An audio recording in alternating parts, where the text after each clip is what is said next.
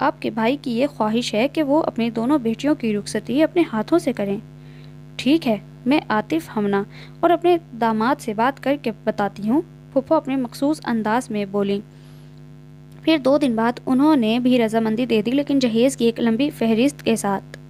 اماں، ہم کس طرح یہ پھپھو کی ڈیمانڈز پوری کریں گے؟ زرنین چیزوں کی اتنی لمبی فہرست پڑھ کر حواس باختہ ہوئی۔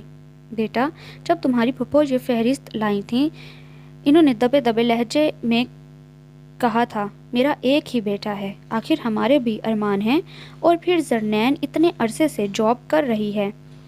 اماں، آپ پھپھو سے صاف کہہ دیجئے کہ ہم ان کی ڈیمانڈز پوری نہیں کر سکتے۔ نہیں بچے، ہم ایسا نہیں کہہ سکتے، وہ کہیں رشتہ ہی نہ توڑ دیں۔ اماں، کیا اس پورے دنیا میں عاطف ہی رہ گیا ہے میرے لیے؟ آپ کو خاندان کی اتنی فکر کیوں ہے؟ وہ چیخ کر بولی تو کمرے میں آتی ایمان کے کانوں میں بھی زرنین کے الفاظ پڑے۔ آپ ہی بالکل ٹھیک کہہ رہی ہیں، کیا اس بھری دنیا میں صرف عاطف بھائی ہی رہ گئے ہیں؟ اماں، آپ دیکھیے گا آپ ہی کا نصیب کتنا چمکدار اور اجلا ہوگا۔ ایمان اماں کے ٹھنڈے ہوتے ہاتھوں کو اپنے ہاتھ میں لیتے بولی، اور جو تمہارے ابا اتنا خوش ہیں، انہیں کیا بتاؤں؟ اماں بے بسی سے بولی تو دونوں بہنوں کی زبان تالو سے چپک گئی۔ پھر ایمان قدرے توقف کے بعد بولی، آپ ابا کو تو یہ بتائیے کہ پھپھو نے جہیز کی اتنی لمبی لسٹ بھیجی ہے، اور پھپھو سے بھی صاف الفاظ میں کہہ دیجئے کہ ہم ان کی ڈیمانڈ پوری نہیں کر سکتے۔ ایمان نرم لہجے میں بولی۔ ایمان بالکل ٹھیک کہہ رہی ہے، آپ ابا سے نہیں تو پھپھو سے ضرور بات کیجئے۔ زرنین تائیدی انداز میں بولی تو اماں کسی گہری سوچ میں ڈوب گئیں۔ اماں کو پھپھو سے بات کرنے کا موقع ہی نہیں ملا۔ اگلے دن عاطف زرتید کو بتائے بنا اس کے آفس میں آ دھمکا۔ زرنین جو اپنے کولیگ فیصل کے ساتھ کسی بات پر ہنس رہی تھی، عاطف کو اپنے کیبن میں یوں چھاپا مارنے والے انداز میں آتا دیکھ کر پل کے بل چپ ہو گئی۔ ارے عاطف، آپ اچانک؟ زرنین فقط اتنا ہی بولی کہ عاطف پھٹ پڑا۔ اب سمجھا کہ تم کیوں یہ جاب چھوڑنا نہیں چاہتی تھی۔ وہ فیصل کو کینہ توز نگاہوں سے دیکھتا ہوا انگارے چبا کر بولا، جبکہ دوسری جانب مارے خفت اور تذلیل کے زرنین کا چہرہ سرخ ہو گیا۔ عاطف، آپ غلط سمجھ رہے ہیں، فیصل میرے بھائی جیسا ہے۔ وہ اپنی پوزیشن صاف کرنے کی غرض سے بولی، لیکن عاطف نے کچھ سنا ہی نہیں۔ میں تم جیسی بدکار اور بے حیا لڑکی سے ابھی اور اسی وقت۔ Shut up mister Atif. اس سے پہلے کہ عاطف اسے ہمیشہ کے لیے خود کی نگاہوں میں گرا دیتا، اسے خاک کر جاتا، وہ اس کا جملہ قطع کر کے اونچی آواز میں بولی، اب اس سے آگے ایک لفظ بھی مت کہیے گا، ورنہ معلوم نہیں میں کیا کر ڈالوں گی۔ یہ لیں اپنی منگنی کی انگوٹھی۔ وہ اپنے ہاتھ سے انگوٹھی اتار کر بولی، آپ کیا مجھ سے شادی کرنے سے انکار کریں گے؟ میں خود یہ رشتہ توڑتی ہوں۔ اس کے آفس کا پورا سٹاف یہ تماشا دیکھ رہا تھا۔ بعض لوگوں کے چہرے میں تعصب تھا تو کچھ تمسخراتی اور مذاق اڑاتی نگاہوں سے دیکھ رہے تھے۔ عاطف مزید اسے سناتا ہوا وہاں سے چلا گیا اور زرنین اپنے ساکت وجود کو کرسی پر ڈال گئی۔ آپ لوگ اپنا اپنا کام کیجئے، یہاں کوئی تماشا نہیں ہو رہا، فیصل نے تمام سٹاف کو مخاطب کر کے کہا، پھر مڑ کر زرنین کو دیکھا جو سرخ آنکھیں اور چہرہ لیے لمبے لمبے سانس لے رہی تھی۔ فیصل جلدی سے جا کر پانی کا گلاس لے آیا جس نے اس نے ایک سانس میں پی لیا۔ Are you okay Zarnain? Faisal پشیمانی سے بولا تو ایک دم زرنین کی آنکھوں میں پانی آیا۔ زرنین، آئی ایم ویری سوری، میری وجہ سے آپ کے منگیتر نے آپ جیسی شفاف لڑکی پر شک کیا۔ وہ ایک بیمار ذہنیت کا انسان ہے، اس میں آپ کا قصور نہیں۔ زرنین زہر کھنت لہجے میں بولی، پھر اس سے معذرت خواہ انداز میں گویا ہوئی، آئی ایم سوری فیصل، میں آپ کے بیٹے کی سالگرہ میں شرکت نہیں کر سکوں گی۔ اٹس اوکے زرنین، لیکن اگر آپ کہیں تو میں آپ کے منگیتر کی بدگمانی دور کرنے کی کوشش کروں۔ وہ ابھی تک ندامت کے سمندر میں غوطہ زن تھا اور اس سمندر سے وہ اپنا سر نہیں اٹھا پا رہا تھا۔ زرنین اسے بہنوں کی طرح عزیز تھی، وہ یہ ہرگز نہیں چاہتا تھا کہ اس کی وجہ سے زرنین کا گھر بسنے سے پہلے اجڑ جائے۔ پلیز فیصل، اس سارے قصے میں آپ خود کو قصوروار نہ سمجھے۔ عاطف نے ہمیشہ مجھ پر شک کیا، کبھی اعتبار نہیں کیا، اور جن رشتوں میں شک اور بے اعتمادی کے بادل ہوں وہ کبھی نہیں پنپتا۔ بنا اعتماد بھروسے کے میاں بیوی کا رشتہ اس چلتے چراغ کی مانند ہوتا ہے جو آندھی کی زد میں ہو اور کسی بھی پل وہ دیا بجھ جائے۔ مجھے پہلے ہی اندازہ تھا کہ ہمارے رشتے کا دیا بہت جلد بجھ جائے گا، زرنین تعصب سے بولی، پھر فیصل سے کہہ کر اپنا پرس سنبھال کر آفس سے نکل آئی۔ ابھی تھوڑی دیر پہلے پھپھو تمام سامان واپس کر گئی تھیں، بلکہ ان کے منہ پر مار کر گئی تھیں، اور ساتھ ساتھ اپنی بھاوج اور زرنین کو بہت کچھ سنایا بھی۔ ابا کو تمام واقعے کا علم تھا اور اس وقت وہ گم سم سے تھے۔ گھر میں ایک سوگواری کی کیفیت تھی، لیکن زرنین کا دل بہت مطمئن تھا، کیونکہ جب پھپھو نے ابا کو زرنین کے کرتوت بتانے چاہے تو انہوں نے یہ کہہ کر خاموش کر دیا کہ میری بیٹی نہیں بلکہ بیٹا ہے، میرا دایاں ہاتھ، اور مجھے اس پر بھروسہ ہے۔ یہ سن کر پھپھو اور زیادہ کھلس گئیں۔ اس دن کے بعد سے زرنین آفس نہیں گئی۔ اس کے اندر لوگوں کی مذاق اڑاتی معنی خیز نظروں کو برداشت کرنے کی تاب نہیں تھی، اور وہ کسی دوسری جگہ جاب لینے کے لیے کوشش کر رہی تھی۔ ساتھ ہی ساتھ ایمان کی شادی کی تیاریوں میں بھی حصہ لے رہی تھی۔ فرقان انٹرپرائزز سے زرنین انٹرویو دے کر نکلی تو گیٹ کے باہر اس کی ملاقات نقاش سے ہو گئی۔ تم یہاں کیسے؟ نقاش اپنے مخصوص انداز میں استفسار کرنے لگا۔ اس کے لہجے میں نہ حیرت تھی نہ تجسس کہ وہ یہاں کیا کر رہی ہے، اور یہی نقاش کی طبیعت کا خاصہ تھا، وہ کسی بھی بات کا تاثر نہیں دیتا تھا۔ دراصل میں یہاں انٹرویو دینے آئی تھی، زرنین نے جواب دیا۔ تو پہلے والی جاب چھوڑ دی؟ جی وہ چھوڑ دی، زرنین نے مختصر جواب دیا۔ اوکے پھر سمجھو تمہیں یہاں جاب مل گئی، وہ پھر اپنے مخصوص انداز میں بولا، لیکن زرنین بے تحاشا خوش ہوئی۔ سچ نقاش؟ اگر ایسا ہو جائے تو بہت اچھا ہے، وہ ایکسائٹڈ ہو کر بولی۔ ہنی ہو جائے گا نہیں، سمجھو ہو کیا؟ نقاش کے اس جملے نے اسے گہرے اطمینان سے نوازا۔ اچھا چلو میں تمہیں گھر چھوڑ دیتا ہوں، پھپھو جان سے بھی ملاقات ہو جائے گی، وہ گاڑی کی جانب مڑ کر بولا تو زرنین نے بھی اس کی تقلید کی۔ ہنی تم نے کہاں تک پڑھا ہے؟ سہولت سے ڈرائیو کرتے نقاش نے استفسار کیا۔ BBA کیا ہے، مزید پڑھنے کی خواہش تھی، لیکن ابا کی بیماری کی وجہ سے وہ حسرت بن گئی۔ وہ بظاہر ہلکے پھلکے انداز میں بولی۔ MBA کی ڈگری لینا اس کی سب سے بڑی خواہش اور خواب تھا۔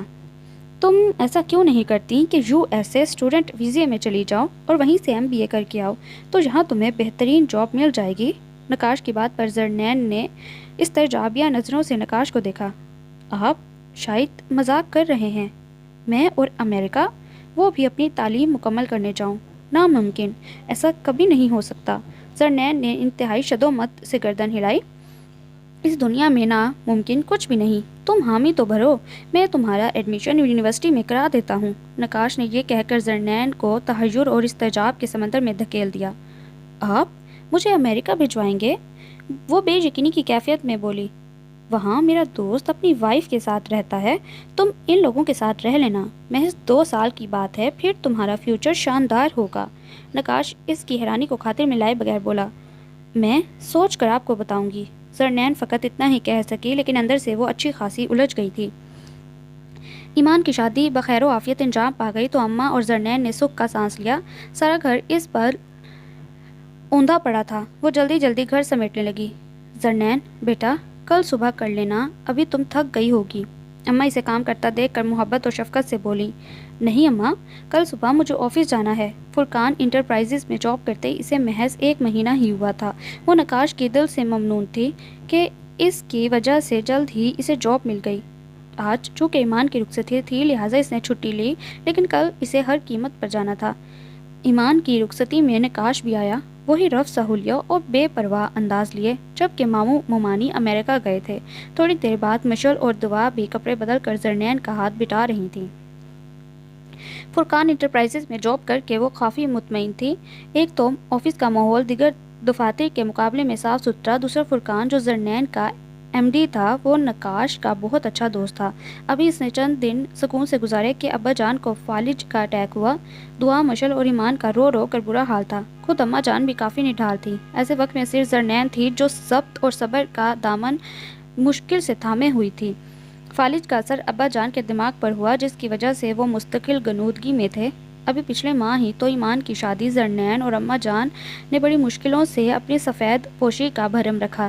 اسپتال کے اخراجات، دوائیوں کا خرچ، زرنین کی سکت سے باہر ہوتا جا رہا تھا۔ آفس سے اس نے پہلے ہی ایڈوانس سیلری لے لی تھی۔ ایک طرف تو ابا کی حالت کی فکر تھی، دوسری جانب پیسوں کی پریشانی۔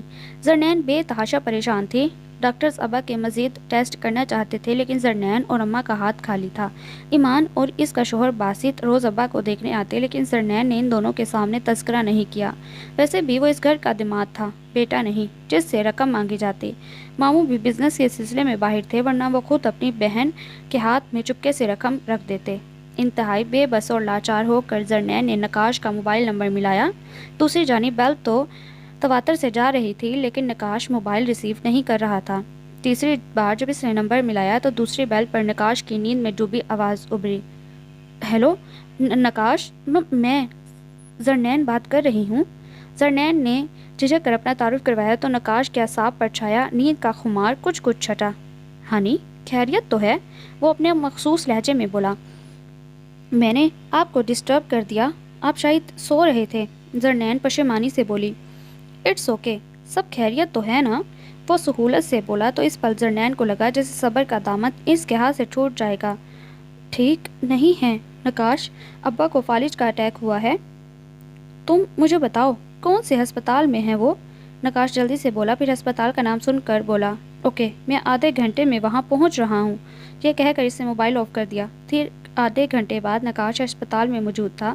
اس نے فی الفور ابا کو ایک معروف پرائیویٹ ہاسپٹل میں داخل کروایا اور تمام ٹیسٹ کروائے۔ ٹیسٹ کی رپورٹ شام کو آئی تو اس وقت بھی نقاش وہیں موجود تھا۔ ڈاکٹرز ابا کی رپورٹ دیکھ کر خاصے موجوز تھے کیونکہ فالج کے اٹیک کی بدولت ان کا دماغ آدھے سے زیادہ ناکارہ ہو چکا تھا۔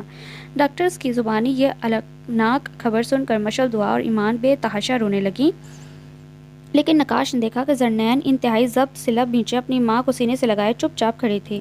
تقریباً ایک ہفتہ موت اور زیست کی کشمکش میں جھولتے ابا بالآخر زندگی کی بازی ہار گئے اور موت کے محیب اور تاریک سفر کے مسافر بن گئے۔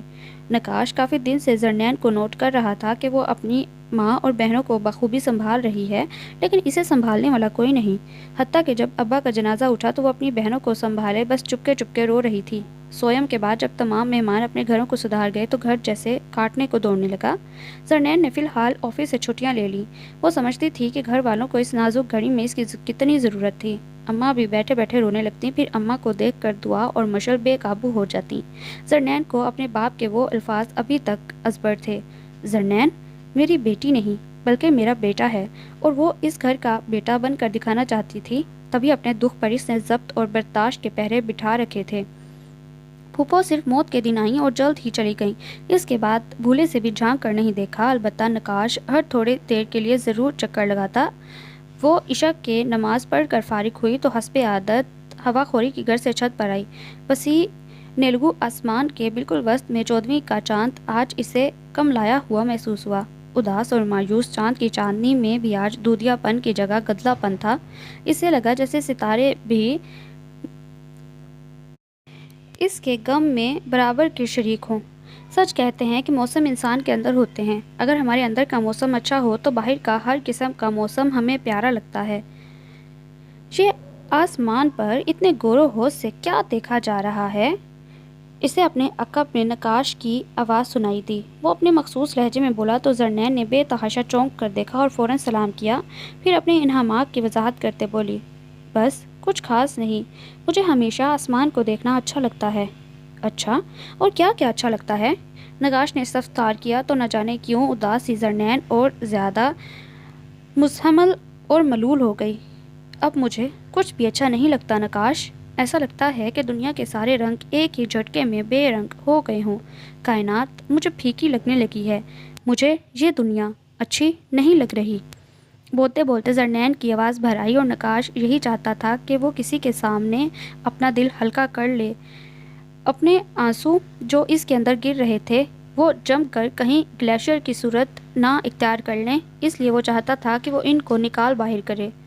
ہنی مائی سویٹ کزن، مرنے والوں کے ساتھ مرا نہیں جاتا۔ نقاش کا اتنا کہنا تھا کہ زرنین منہ ہاتھوں میں چھپا کر رو دی۔ نقاش نے ہمدردی سے اسے اپنے شانے سے لگایا اور بے خودی سے اپنے غم میں ڈوبی زرنین کو یہ معلوم نہ ہوا کہ وہ کب نقاش کے شانے سے لگی اس کا کندھا بھگو رہی تھی۔ جب رونے میں کمی آئی تو چاروں جانب سے اس نے مردانہ پرفیوم کی مہک کو محسوس کیا۔ اس نے گھبرا کر سر اٹھایا تو خود کو نقاش سے لگا دیکھ کر کرنٹ کھا کر دور ہٹی۔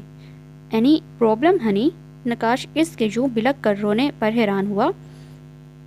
آئی ایم سوری، میں نے آپ کی شرٹ خراب کر دی۔ وہ جانتی تھی کہ یہ حرکت نقاش کے لیے اہمیت نہیں رکھتی۔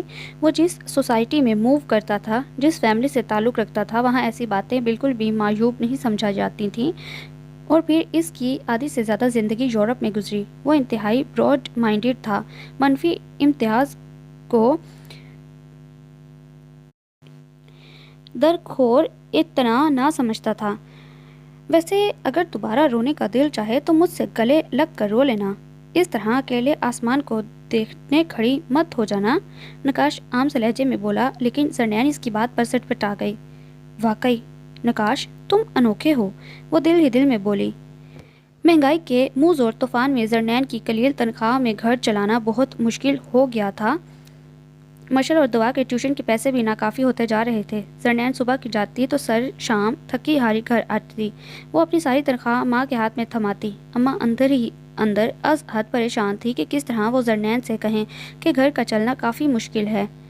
زرنین سمجھ رہی تھی کہ اماں نے گیس اور بجلی کے بل بھر دیے ہیں، لیکن جب سر چارج لگ کر بل آئے تو زرنین کے اچھے خاصے چھکے چھوٹ گئے۔ اماں کیا بل 2 ماہ سے جمع نہیں ہوئے؟ وہ فقط اتنا ہی بولی کہ اماں کو ندامت سے چہرہ جھکائے دیکھ کر انتہائی شرمندہ ہوئی۔ بھلا اس مہنگائی میں کس طرح وہ گھر کا خرچہ چلائیں؟ کوئی بات نہیں اماں، میں جمع کرا دوں گی، وہ جلدی سے بولی۔ اپنی ماں کے چہرے پر شرمندگی کے تاثرات دیکھ کر اس کا دل چاہا کہ زمین پھٹے اور وہ اس میں سما جائے۔ ہنی تم مجھ سے پیپر میرج کیوں نہیں کر لیتی؟ نقاش نے انتہائی اطمینان سے اس کے سر پر بم پھوڑا۔ واٹ؟ حواس باختہ تھی زرنین، فقط اتنا ہی بول پائی۔ اس نے نہ جانے کون سی طاقت کے زیر اثر اپنی پریشانی نقاش کے سامنے عیاں کی، جس کے جواب میں نقاش بنا سوچے سمجھے بولا تھا۔ نقاش آپ کو معلوم ہے کہ آپ کیا بول رہے ہیں؟ زرنین اپنے آپ کو سنبھال کر بولی۔ بس مائی ہنی، یس آئی نو، اس وقت نہ میں نیند میں ہوں نہ نشے میں، وہ بے پرواہ انداز میں بولا، پھر مزید گویا ہوا۔ 15-20 ہزار روپے کی جاب کر کے تم ہرگز گھر نہیں چلا سکتی۔ میں نے امریکہ جانے کی آفر کی تھی۔ مجھے معلوم ہے کہ پھپھو تمہیں یوں تنہا امریکہ ہرگز نہیں جانے دیں گی۔ اگر میں تم سے پیپر میرج کر لیتا ہوں تو سب آسان ہو جائے گا۔ تم اپنی پڑھائی کے ساتھ وہاں جاب کر لینا، اس طرح تم بہت اچھی طرح اپنی فیملی کو سپورٹ کر سکو گی۔ نقاش کی بات میں وزن ضرور تھا، لیکن یہ سب اتنا آسان نہیں تھا۔ نقاش اور زرنین کے گھر والے پیپر میرج کو کیسے تسلیم کرتے؟ ہنی میں صرف تمہاری پرابلم کی بنا پر یہ بات کہہ رہا ہوں۔ اسے سوچوں میں ڈوبا دیکھ کر نقاش نے اپنی پوزیشن کلیئر کی۔ مجھے معلوم ہے نقاش کہ آپ یہ صرف میری پریشانیوں کو ختم کرنے کی خاطر کہہ رہے ہیں۔ اتنا کہہ کر وہ خاموش ہوئی۔ تو پھر مسئلہ کیا ہے ہنی؟ نقاش نے استفسار کیا۔ پیپر میرج کو معاشرہ کس نظر سے دیکھے گا؟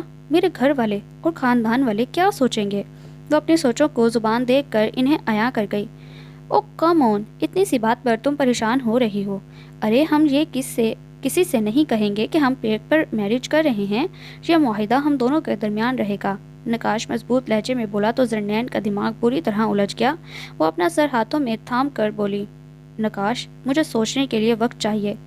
اوکے ہنی، لیکن تم جب بھی چاہو مجھ سے ڈائیورس لے کر اپنا راستہ الگ کر سکتی ہو، میری طرف سے تم پر پابندی نہیں۔ ہم دونوں ہی ایک دوسرے کی زندگی میں مداخلت نہیں کریں گے، نقاش اپنائیت سے بولا تو زرنین دکھتے سر کو اسبات میں ہلا گئی۔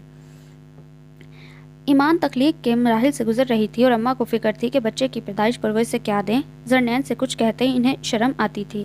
بہت سوچ بچار کے بعد انہوں نے دوبارہ مشین سنبھالی، جو آنکھیں کمزور ہونے کی وجہ سے ایمان اور زرنین نے بڑی ضد کر کے ان سے چھڑوائی تھی۔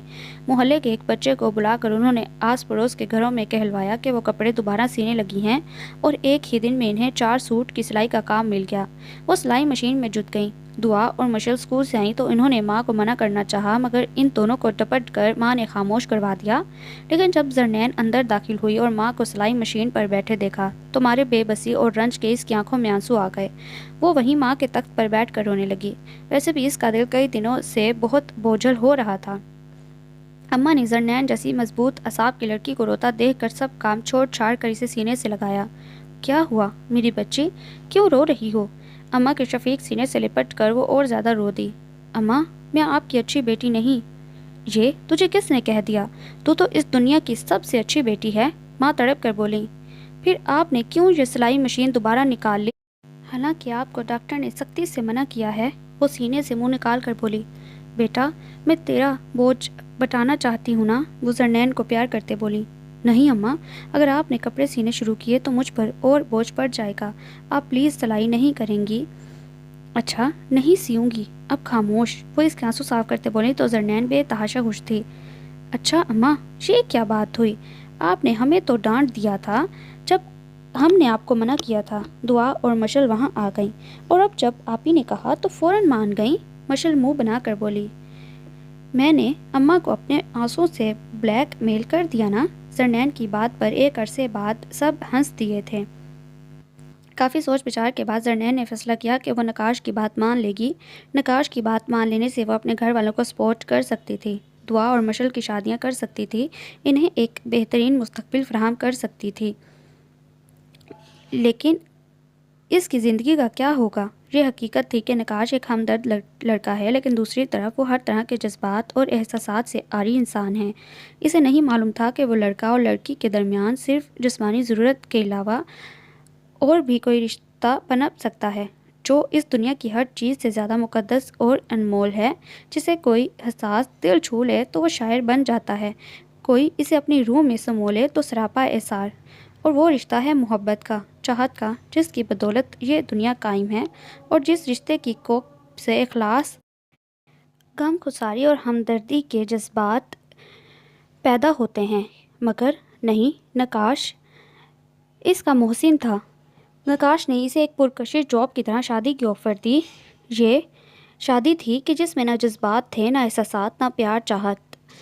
اس پر متضاد نقاش نے اسے یہ بھی کہہ دیا تھا کہ وہ جب چاہے راستے الگ کر سکتی ہے۔ ہاں، اس نے ٹھیک کہا تھا۔ نقاش صرف میری مدد کرنا چاہتا ہے۔ وہ میرا محسن ہے، مسیحا ہے اور ہمیشہ رہے گا۔ میں مسیحا ہونے کے ناطے ہمیشہ اس کی عزت کروں گی۔ وہ میرا محسن ہے، صنم نہیں۔ وہ خود کو تنبیہ کرتے بولے، پھر چادر منہ تک اوڑھ کر ہلکی پھلکی ہو کر سو گئی۔ بیل متواتر جا رہی تھی، لیکن نقاش موبائل ریسیو نہیں کر رہا تھا۔ جب چوتھی بار بیل گئی تو کسی کی نسوانی آواز ابھری۔ زرنین تھوڑا سا ہڑبڑائی، پھر اس نے نقاش کے متعلق پوچھا۔ دوسری جانب کافی شور و غل تھا۔ Just wait please. تھوڑی دیر میں نقاش آ گیا اور غالباً موبائل لے کر کسی پرسکون جگہ پر آیا۔ یس ہنی، میں ہال سے باہر آ گیا ہوں۔ بولو، کوئی کام ہے؟ نقاش کے کوئی کام ہے کہ جملے پر نہ جانے وہ کیوں چڑ گئی۔ وہ ایکچولی نقاش، میں آپ کی آفر پر غور کر چکی ہوں، وہ تھوک نکلتے بولی۔ اس پر اسے نقاش سے بات کرنا دنیا کا مشکل ترین کام لگ رہا تھا۔ کون سی آفر ہنی؟ نقاش غائب دماغی سے بولا۔ بھلا اتنی اہم بات نقاش کے ذہن سے کیسے نکل گئی؟ کوئی بات نہیں نقاش، وہ دھیمے لہجے میں بولی۔ دل کے چاروں اطراف اداسیوں نے ڈیرا ڈالا۔ او کم آن ہنی، تم کون سی آفر؟ بولتے بولتے اس کے ذہن میں جھماکا ہوا۔ اچھا، تم پیپر میرج کے آفر کے بارے میں بات کر رہی ہو۔ وہ یاد آنے پر بولا تو زرنین محض ہوں کر کے رہ گئی۔ اوکے ہنی، میں ماما پاپا کو کل بھیجتا ہوں، پھر جلد ہی تمہارے امریکہ جانے کا انتظام کرتا ہوں۔ اب تم بالکل ریلیکس ہو جاؤ، اوکے؟ میں تمہارے ساتھ ہوں۔ یہ کہہ کر اس نے موبائل آف کر دیا۔ نہ جانے نقاش نے مومانی جان کو کیا کہا کہ وہ یہاں پر آنے کو راضی ہو گئیں۔ وہ ماموں کے ساتھ آئیں تو، لیکن ان کے چہرے پر ناگواری اور بیزاری کی لکیریں واضح تھیں۔ اماں ان کی آمد کا مقصد جان کر عجیب ہی حیرت میں مبتلا ہو گئیں۔ اپنی بھاوج کی فطرت سے وہ آگاہ تھیں کہ یقیناً وہ نقاش کی مرضی کی وجہ سے یہاں زبردستی لائی گئی ہیں۔ وہ اسی ادھیڑ بن میں مبتلا تھیں کہ ہاں کریں یا نہ، جبکہ اندر وہ اس بات پر بے حد نہال تھیں کہ ان کے بھائی نے اس آڑے وقت میں ان کو یاد رکھا تھا۔ نقاش بہت عجیب مزاج کا لڑکا ہے۔ کہتا تھا کہ میں شادی جیسا فضول کام اپنی پوری زندگی نہیں کر سکتا، اور اب کہاں وہ 15 دن کے اندر اندر شادی کا کہہ رہا ہے۔ وہ بات جو ہم سالوں سے اسے سمجھا رہے ہیں کہ شادی کر لو، اس کی سمجھ میں نہ آئی، اور اب اچانک یہ کیسا سودا سوار ہو گیا۔ مومانی رکھائی سے بولی تو اماں چپ رہ گئیں۔ نیلم کے ساتھ بیٹھی ایمان اور زرنین بخوبی مومانی کا طنز سمجھ رہی تھیں۔ اچھا بھائی، تم شادی کی تاریخ جلد از جلد دے دو، ماموں اپنی بیوی کے بات کو زائل کرنے کے لیے بولے۔ لیکن بھیا، میں سوچ، اماں کی بات درمیان میں ہی رہ گئی جب ماموں حتمی انداز میں بولے، زرنین میری بھانجی ہے اور اس پر سب سے زیادہ حق میرا ہے۔ پھر اماں کچھ نہ بول سکی اور ماموں شادی کی تاریخ طے کر کر اٹھ گئے۔ ٹھیک 15 دن بعد وہ نقاش کے بیڈ پر اس کی سیج سجائے نوک پلک سے تیار تھی۔ 15 دن یوں چٹکی بجا کر گزرے کہ اسے کچھ بھی سوچنے کا موقع نہ ملا۔ نقاش نے مجھ سے شادی صرف میری مدد کرنے کے لیے کی، اسے میری ذات سے کوئی دلچسپی نہیں ہے، پھر میں کیوں اپنا پور سجائے اس کی سیج پر محو انتظار ہوں۔ وہ تلخی سے سوچنے لگی، پھر بستر سے اٹھ کر باتھ روم سے ملحقہ ڈریسنگ روم میں چلی آئی اور ایک ایک زیور انتہائی بے دردی سے اتار کر پھینک دیا۔ عروسی اور بھاری لباس سے جان چھڑا کر ہلکا لیمن کلر کا سوٹ زیب تن کیا، منہ ہاتھ دھو کر نکلی تو نکاش کمرے میں داخل ہوا۔ اوہ نو، یہ پھول میرے بیڈ پر کس نے سجائے؟ وہ سیج کو دیکھ کر بیزاری سے بولا۔ یقیناً یہ میرے دوستوں کی کارستانی ہے، میں نے منع بھی کیا تھا کہ یہ فضولیات مجھے پسند نہیں، وہ خود سے بولا۔ پھر نوکروں کو آواز دے کر فوراً یہاں سے سمیٹنے کا حکم دیا۔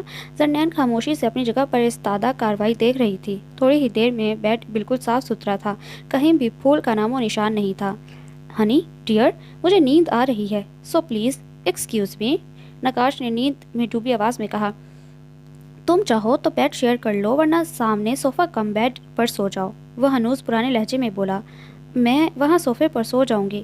نکاش نے اس کا جواب سنا یا نہیں، اس کے قریب سے نکل کر ڈریسنگ روم میں چلا گیا، جبکہ اسی پل زرنین کو لگا جیسے صدیوں کی تھکن اس کے جسم میں آن سمائی ہو۔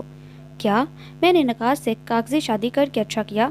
وہ خود سے استفسار کرتے بولی۔ نکاش، جیسا بھی ہے میرا رشتہ تو صرف پیپر تک محدود ہے نا، کوئی اس کے اندر سے بولا۔ مگر کیا تم نکاش سے طلاق لے کر کسی دوسرے مرد کے ساتھ زندگی گزار سکتی ہو؟ اندر سے ایک اور آواز آئی۔ عورت کی زندگی میں ایک مرد سے زیادہ کی گنجائش قطعی نہیں ہوتی، وہ صرف ایک مرد کے لیے جیتی ہے اور اسی کے لیے مرتی ہے، چاہے وہ نام کا ہی شوہر کیوں نہ ہو۔ اس کے اندر کی مشرقی لڑکی بولی تو اس نے تھک کر اپنا سر صوفے پر ٹکایا۔ یوں ہی بے ارادہ اس کی نگاہ بیڈ پر پڑی تو نکاش کو محو خواب پایا، وہ نہ جانے کب چینج کر کے آ کر سو گیا تھا۔ پھر اس نے کمرے کا جائزہ لیا جو نفاست اور سلیقے کا منہ بولتا ثبوت تھا۔ کیا یہ کمرہ میرے اس گھٹن زدہ کمرے سے زیادہ اچھا ہے جہاں صرف ایک کھڑکی تھی اور 2 بستر؟ چھوٹے سے کمرے میں ایک ٹیبل اور کرسی بھی تھی جہاں ایمان بیٹھ کر لیمپ کی روشنی میں رات گئے تک پڑتی، اور ان 2 معمولی بستروں میں دعا اور مشل کے ساتھ میں گھنٹوں باتیں کرتی۔ سوچتے سوچتے زرنین کی آنکھیں بھر آئیں۔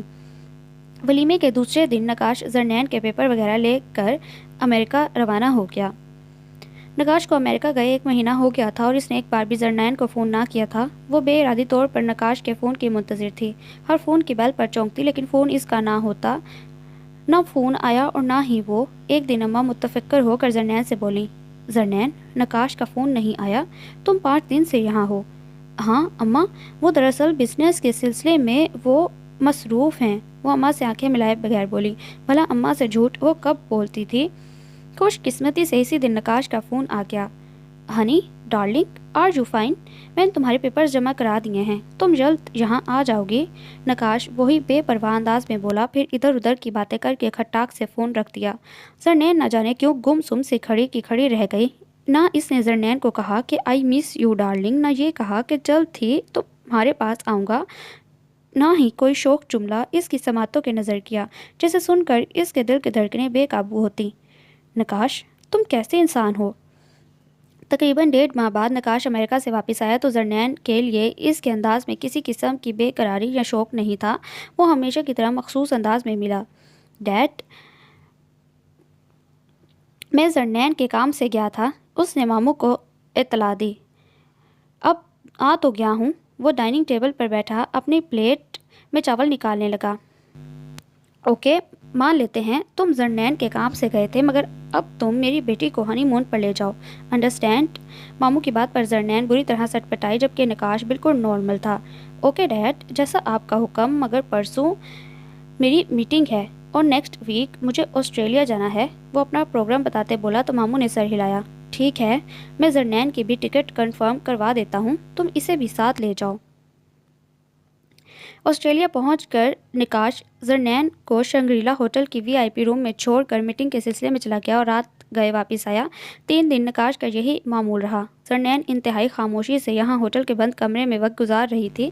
اس کی واحد تفریح کمرے کے بعد کھڑکی تھی جس میں وہ باہر کے لوگوں کے چہرے دیکھ کر خوش ہو جایا کرتی۔ کھانا روم سروس کھانے کے اوقات میں سرو کر جاتا۔ چوتھے دن جب نکاش کو وقت ملا تو اسے زرنین کی تنہائی کا احساس ہوا۔